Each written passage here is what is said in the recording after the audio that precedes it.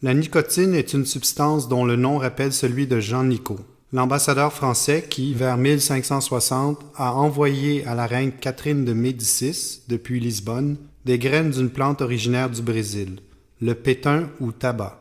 La reine a soigné ses migraines en se mettant de la poudre de tabac dans le nez, ce qui a lancé la mode de priser en France. Prise en conjonction avec d'autres molécules présentes dans le tabac, la nicotine explique la dépendance qui s'installe chez les fumeurs et leur rend la vie difficile lorsqu'ils veulent cesser de fumer.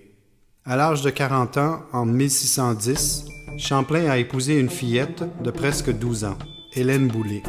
Il lui a offert pour l'occasion une tabatière très spéciale remplie de tabac à priser.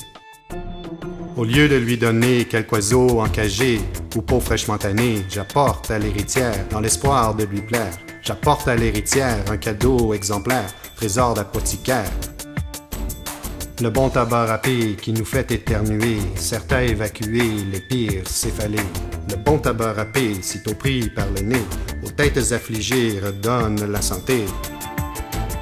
Au lieu de lui donner quelque oiseau encagé, j'apporte à l'héritière un cadeau exemplaire.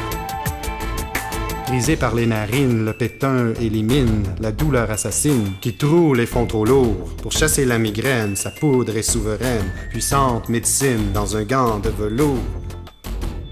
J'apporte à l'héritière dans l'espoir de lui plaire, trésor d'apothicaire dans une tabatière, superbe blague à tabac de qualité sur choix, pur cuir humain, voyez, c'est une main! Au lieu de lui donner quelque oiseau encagé, j'apporte à l'héritière un cadeau exemplaire.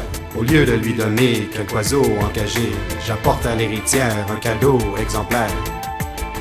Chaque doigt momifié, à l'ongle conservé, m'a coûté bien compté 5 grelots d'étain pas moins. Cet objet exotique et sa poudre magique seront émerveillés, mariés, famille et témoins.